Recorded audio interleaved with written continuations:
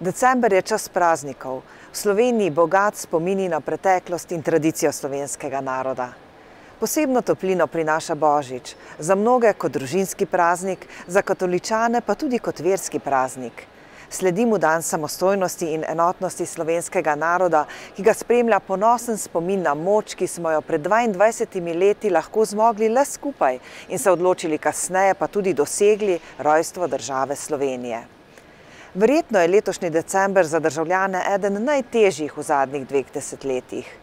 Gospodarski kazalci že nekaj časa drsijo navzdol. Nezaposlenih je vedno več ljudi, to pa prinaša v državo revščino. Le-ta najprej udari tam, kjer najbolj boli. Bolne, starejše in samske starše. Nedopustno je, da ostaja brez možnosti za zaposlitev vedno večje število mladih v Sloveniji in v Evropi. A vse splošno mračno razpoloženje nas ne sme uspavati, temveč spodbuditi k bolj odgovornemu delu. Izkoristimo decembrski čas kot priložnost za počitek in razmislek o življenju, o dogajanjih v nas samih in našem odnosu do ljudi in narave. Naj nas ne premamijo vrednote potrošniške družbe, temveč se v svetu svetlečih lučk in pisanih sporočil sami odločimo, kaj je za nas res pomembno. Bolj kot bodo naše odločitve prežete z radostjo in sprejemanjem soljudi in narave.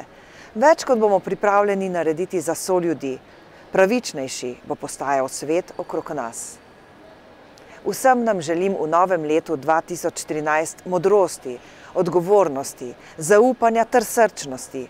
Želim, da bi skupaj verjeli v pravično prihodnost z enakimi izhodiščnimi priložnostmi za vse in da bi se uspeli dogovoriti o ukrepih, ki nas bodo vanjo tudi pripeljali.